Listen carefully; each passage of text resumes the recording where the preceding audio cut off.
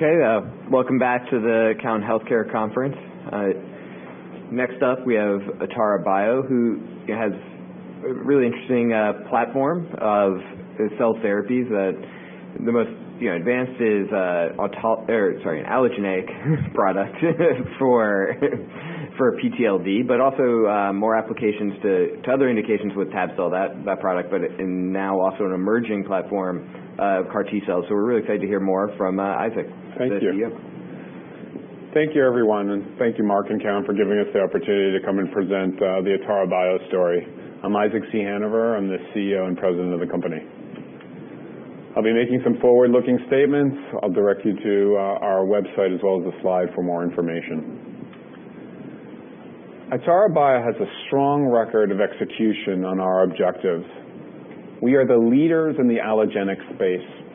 Our lead program, tab-cel, is in advanced phase 3 studies for PTLD. We'll spend some time talking about that indication, but this is a life-threatening condition, a secondary lymphoma post-transplant. We've initiated our combination study with Keytruda in our next large indication, solid tumor indication called nasopharyngeal cancer.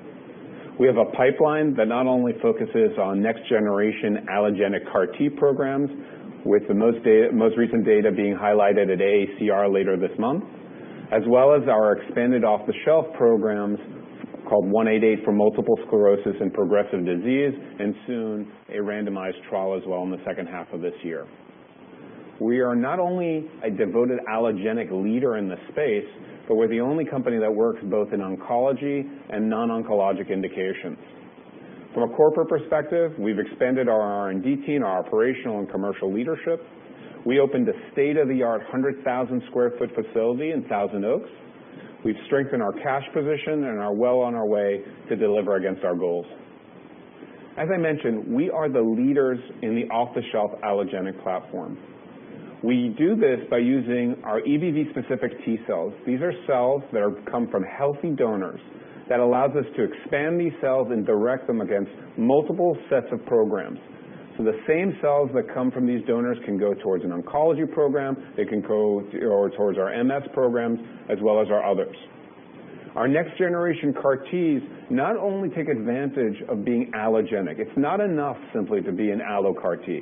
You have to be a better CAR T. And you'll see that data at AACR with our mesothelin program, as well as our collaboration with Memorial Sloan Kettering and Moffitt. We have a world-class manufacturing, which I'll talk again, but that's really the key to any platform, whether it be a gene therapy or cellular therapy. If you can't produce these products, it won't matter. And we have, as I said, a state-of-the-art facility that allows us to prosecute against all of these programs. In addition, our ability to match using a proprietary system of HLA matching allows us to use these cells not only in patients who are immunocompromised, but also immunocompetent. Again, something that differentiates us from all the other players in the space. I emphasize manufacturing because it is the key. The ability to manufacture cells, both from a supply chain, getting healthy cells from donors, being able to match the cells, to expand the cells to produce virus, all are key attributes of what Atara can do. And we've been able to show across our platforms that this expertise in manufacturing allows us to prosecute simultaneously multiple programs. So, for example, the CAR T programs, a year ago when I was here, we had no programs. Today we have 4. It's an integrated research and processing science facility, so allows cross-functional fertilization of information and quick transfer of data. And it's been designed from the ground up to meet global regulatory standards. There are 3 key pillars to the Atara value story. We have tab-cel, that's our late-stage phase 3 program, which we'll talk about in PTLD, as well as solid tumors and nasopharyngeal cancer, our multiple sclerosis program, and our next-gen CAR T program. All of these have created a robust pipeline of programs. These are all novel therapies. They're all different. They take advantage of the same platform, and that's what allows us to move so quickly both into viral targets as well as genetically modified cells. So let's dive deeper into the tab-cel program. Tab-cel is being developed today for PTLD, post-transplant lymphoproliferative disease. That's a secondary lymphoma post-transplant. It's associated with Epstein-Barr virus, so other cancers like nasopharyngeal and gastric cancers are a potential. And we've already received prime and breakthrough designation for our first indication in EBV-PTLD. So Epstein-Barr virus is a known virus to you all. It's present in nearly 95% of the population. So from an idea of who we can therapeutically intervene in, the fact is it's everyone. Nearly everyone, at least in this room, is seropositive for Epstein-Barr virus. But you're all healthy. So Epstein-Barr virus doesn't really present a major issue to people with intact immune systems. If you have a depressed immune system, you often, in a viremic state, get mononucleosis. But in patients who are immunocompromised or have some deficiency in their immune system from cancer or from a neurologic decision, multiple diseases can form. PTLD is one, NPC is another, and there's growing evidence that multiple sclerosis and other neurologic and autoimmune diseases are associated with Epstein-Barr virus. PTLD, as I said, stands for post-transplant lymphoproliferative disease. It's a secondary B-cell lymphoma that occurs with reemergence of Epstein-Barr virus in patients who have either had a bone marrow transplant or a solid organ transplant, irregardless of which organ ultimately drives the cancer. It's associated with a high level of morbidity and mortality in patients who have failed primary therapy, which is Rituxan or Rituxan plus chemo. Here's just an example of what a patient like this looks like. This is a 36-year-old woman. She had Fanconi's anemia. She received a bone marrow transplant. You can see at week -10, she's doing okay, but all of a sudden she starts to have proliferative lymphoma, B-cell lymphoma, which is defined as PTLD. She's given Rituxan because the B-cells often show CD20, and unfortunately by week 0, after failing 3 cycles of Rituxan, she still has significant tumor burden in her. She's then given Tab-cel on an HLA basis, and within 4 cycles she's a complete response. What's unique here is not just simply the efficacy. So this patient did not require pretreatment, and we didn't add any additional side effects to what you would already expect in this patient population. In fact, GVHD experience in this patient population with Tab-cel is lower than what you would expect in a normal transplant population. And those are the attributes of Tab-cel. It's available within 3 days of need. There's no pretreatment. We don't burden the healthcare system in regards to the administration of these cells. This drug can be given when the patient is ready for it, not when the drug is ready. It's precise. It goes after the virus itself in patients who are driven by the cancer, and so the risk of off-target effects is limited. And post-infusion, there's very limited follow-up that's necessary. 2 hours of mandatory follow-up is what's required for these patients. Many of these patients are well enough to come in for the infusion and then leave the same day. And so you can see that the cost of therapy is in fact the cost of the drug, not all the ancillary additional costs that you see with other T-cell therapies. We have an EAP program that we started prior to our phase 3 program. We showed that we were showing both in a multi-center study an 80 and 83% response rate in HCT and SOT. That led to the design of our phase 3 studies, which are again multi-center studies. These are global studies, and the current design calls for 35 patients per indication, with a 37% overall response rate as a primary endpoint for that indication.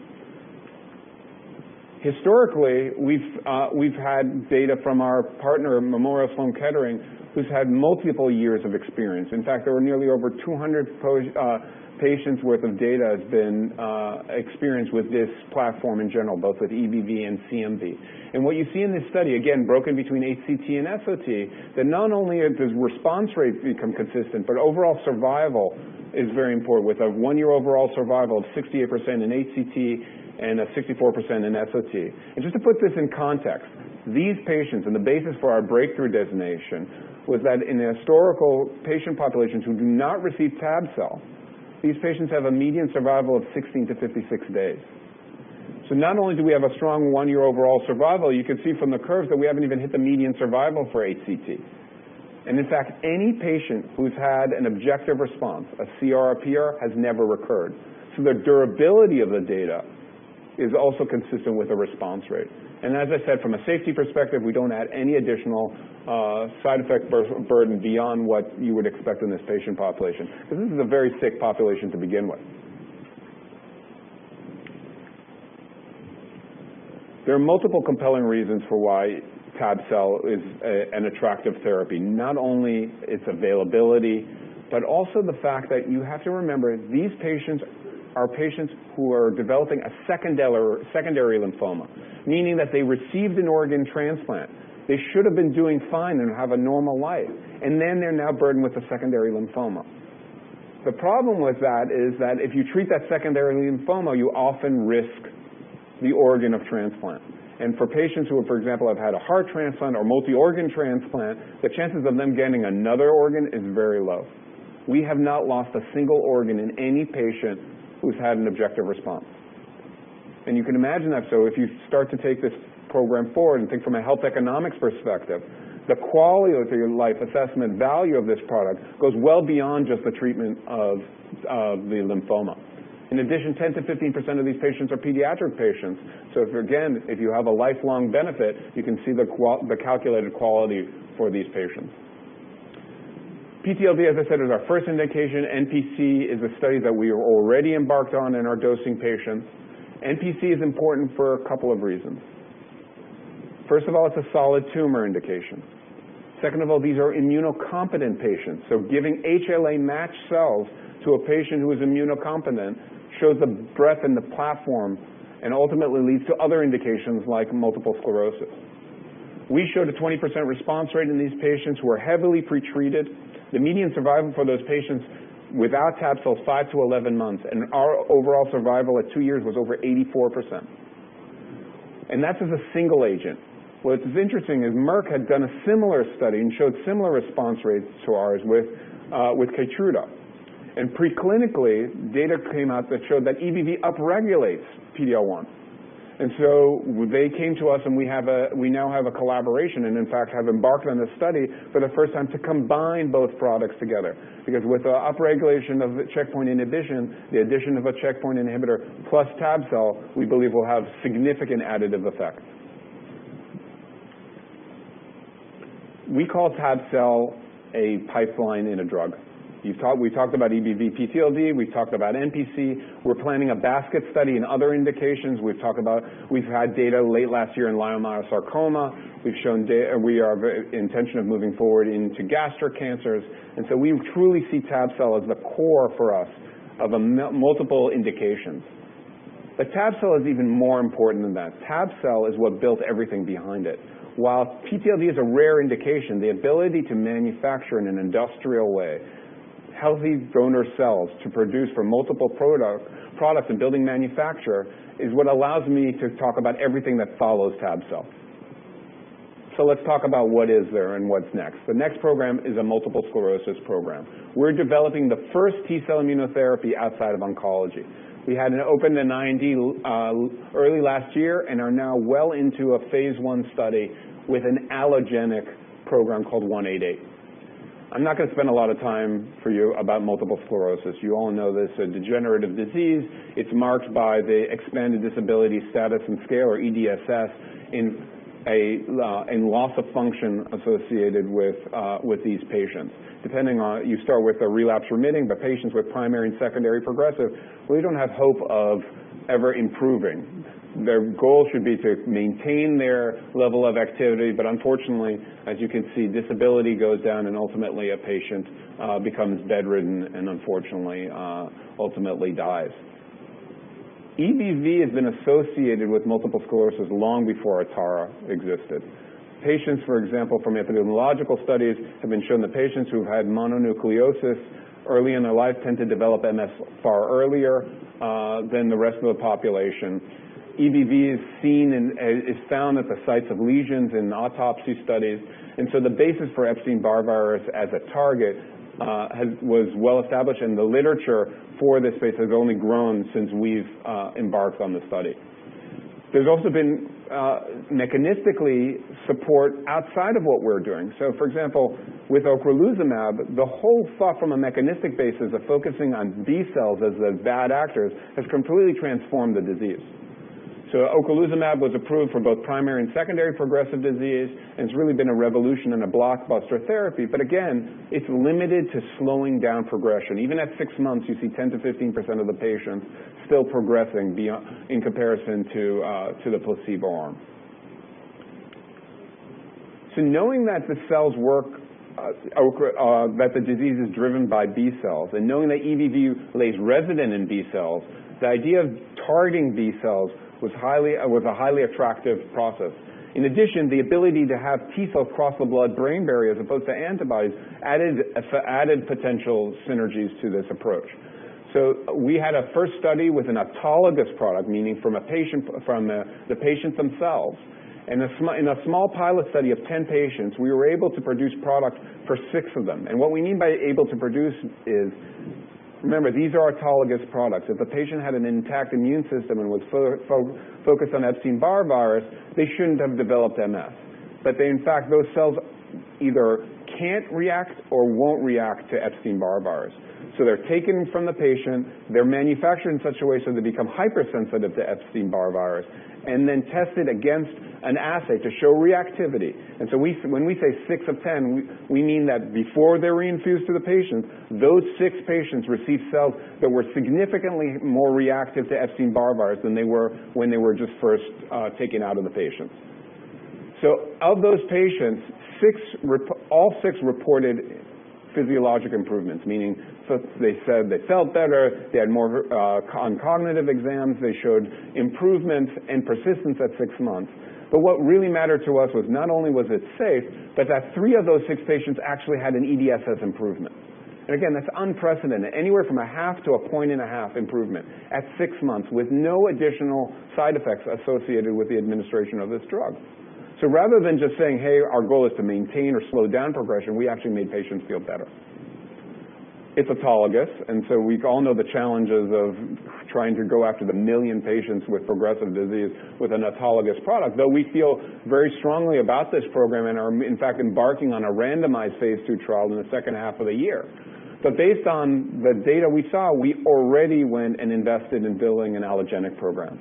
And so I'm happy to report that that program is moving forward well. We started the trial last year. We'll have readouts twice this year.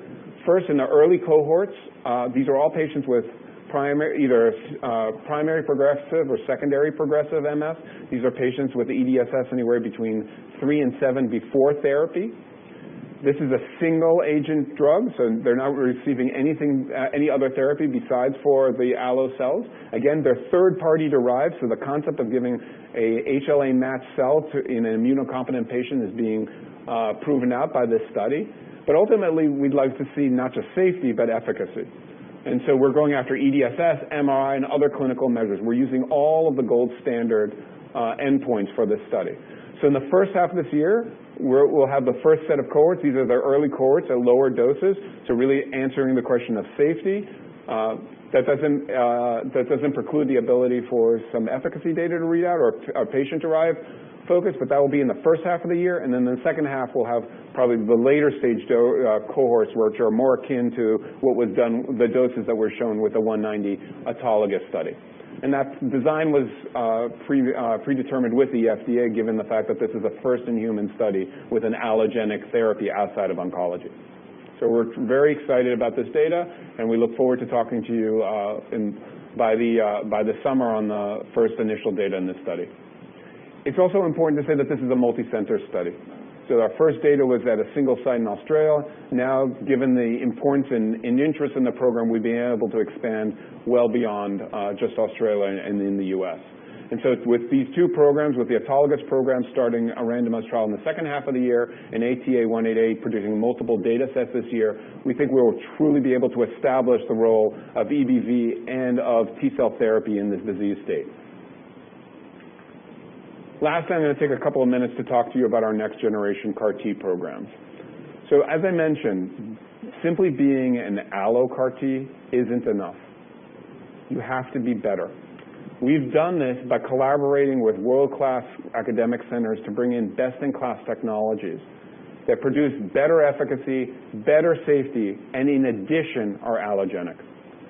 A year ago, as I mentioned to you, this was really a dream. we were obviously working behind the scenes with our manufacturing and on business development side, but we rapidly moved forward in being able to take the existing platform of our EBV cells, take advantage of the fact that these EBV cells expand in the presence of Treg cells, and because these are healthy cells, meaning coming from healthy volunteers, you haven't stressed them by genetically modifying, by trying to make them allogenic, so that they become very strong recipients of any type of CAR transformation, and multiple CAR or technologies that can be ultimately transfected into these cells. So what does that allow you to do? It allows you to do things like putting dual CARs into a cell, where it's important, where you have patients where you don't want off-target effects. You want to be really specific, like indications like AML, where you want the CARs to only affect patients who have the targets of interest. Or in conditions where you're concerned about antigen loss. You can do multiple TARs that have what's called an OR gate, that as long as they hit any one of the targets, they'll activate. We aren't limited by these healthy cells in regards to what we can load them with, in regards to both targeting as well as activation motifs. This is all really coming to a head in regards to our mesothelin program. So when we talked about next generation, mesothelin is a perfect example, and it will be highlighted at AACR, where it was selected for an oral presentation. So mesothelin is a well-validated solid tumor target. And solid tumors is truly what it takes CARs to the next level. We're confident that the data that we'll present will be the first significant data set to show the use of CAR-Ts in a solid tumor indication. Mesothelin is a very important condition. So aberrant mesothelin is associated with proliferation of cells and confers resistance to apoptosis. Nearly over 300,000 patients are associated with mesothelin-related cancers. And there have been programs in the past who've gone after this target. Unfortunately, because you find this tissue in other targets, safety has been a major burden. So our program, developed with Memorial Sloan Kettering and the NIH, has been able to develop a very strong binder, a best-in-class binder, that in patients with persistent mesothelioma, meaning having failed multiple lines of therapy, we've been able to show in 6 of these patients a 50% response rate, a CR as well as 2 PRs. A CR in this patient population, again, is unprecedented in a solid tumor indication. And this product was given in combination with PD-1s, which have a low response rate in these patients. In fact, have not shown complete responses in these type of conditions. It was well tolerated, no adverse events greater than grade 2, and no target off-tumor toxicities. So based on this early data, we've expanded this study, and there will be a much larger data set presented at AACR later this month, as well as our intention to expand beyond mesothelioma into other solid tumors.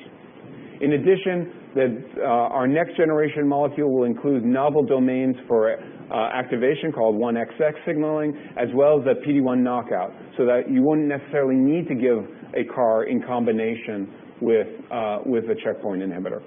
And again, the allo platform will allow us to make these cells and make them available within days of need to patients. Our platform today consists of 4 called pre-IND programs, as well as some preclinical programs. The mesothelin program, both in an allo and in an auto form, and then the allo programs for dual targets for AML, our B-cell malignancies, as well as our CD19 in-house program for an allo CD19, which will be presented at AACR as well in preclinical presentations. So there are key multiple milestones in the next 6 to 12 months for Atara across each one of the value propositions we talked about. We're going to give guidance in regards to the U.S. filing for Tab-cel, the submission in Europe in the second half of the year. We're going to have data as well from that phase 3 studies. We're going to have 2 data sets planned for MS in both the first half and second half of the year, as well as the initiation of the phase 2 study.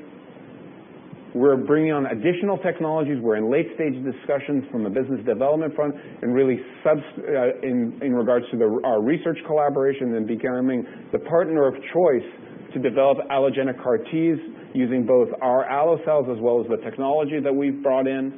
And we'll submit our first IND later this year, if not early next, in regards to our allo platform, our next generation best-in-class CARs. So with that, let me come back to where we started. Atara is the leader in allogenic T-cell therapies. It is the only player that develops programs both in oncology and non-oncology. It's the only one who works against viral targets and gene-modified cells. It's the only one with an existing manufacturing plant that meets global standards and allows us to prosecute against multiple programs, be it oncology with Tab-cel, MS, and next-generation CAR-T. We're pioneers in this space. We've been able to get breakthrough designation as well as prime designation, and it allows us to have multiple discussions with regulatory bodies to set the standards for what an allotherapy means. And with that, I very much appreciate your time and happy to answer any questions you might have.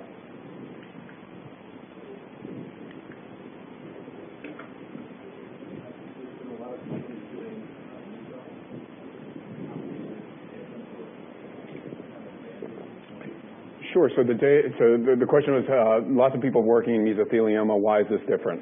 So the first one is the binding domain. It was primarily designed to avoid off-target effects. It's also given interpleurally to these patients, so you can give a high level of drug to these patients. It's also been shown to be given systemically. So it was designed in purpose to hone in on the product itself, as well as the CAR itself in regards to the ability to proliferate only at the site of the tumor. I mean, it's 6 patients worth of data, but I will tell you that there are other programs, for example, that have been in this space at the Hutch and others. We're never even able to get to an efficacy point. But those 6 patients is one thing. At AACR, you'll see that it's expanded well beyond those patient population, and so we feel pretty confident about the ability to dose. But it's something that obviously we're paying a lot of attention to.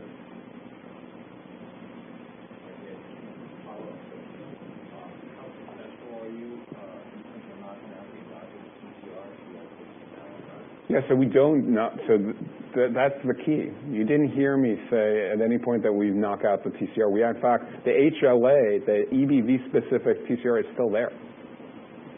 That reduces the risk, right, for these cells to be able to be, in essence, one, it doesn't put the onus on those cells to impact. If you think of the approach, if you have to take a healthy cell and then stress it out by removing the TCR to make it allo and then go and transform it, you've in fact double whammied the cell, right? And you can do that through two ways. There's some companies, for example, who will use CRISPR to knock the cell out and then use a virus to transfect. Well, that's one approach. There are those who just use CRISPR all the way, remove the TCR and insert on the specific loci. We avoid that first step because the whole concept for an allo cell is it has to be healthy and it has to be able to expand. So we avoid that step from the HLA matching. That's how we do it. But then we do transform it into a CAR. You have to do it in that way. So in that sense, we've in fact maintained the strength of the cells to be able to really, in essence, use all of the potential to create the CAR construct.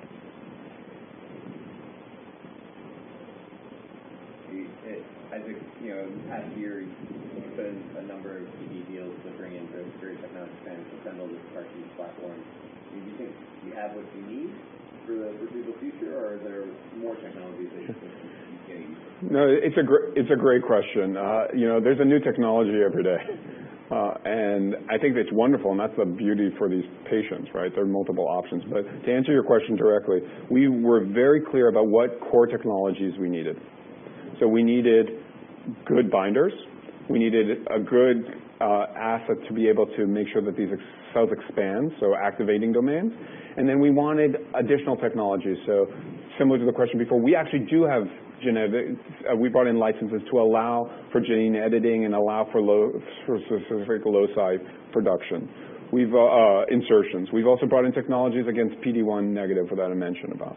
So we have the full toolkit that we believe we need in order to produce any kind of next generation best CAR-Ts. We're obviously spending a lot of time looking at other technologies, but the way we look at this really is you have to differentiate the T-cell therapy space into those who are producing featured technologies, which are meaning a specific technology that can be added to something, but still are dependent on an allo platform or CRISPR or others. and then the technology that creates something to make it allogenic. And so we're the only ones who have both, and in bringing all that technology, we feel pretty comfortable. But it really depends on finding the binders, right? And that's, from a research perspective and collaboration perspective, we see ourselves as a partner of choice, either bringing our binders or bringing in others from third parties. Great. Thanks, Mark. The breakout session actually is across the hall.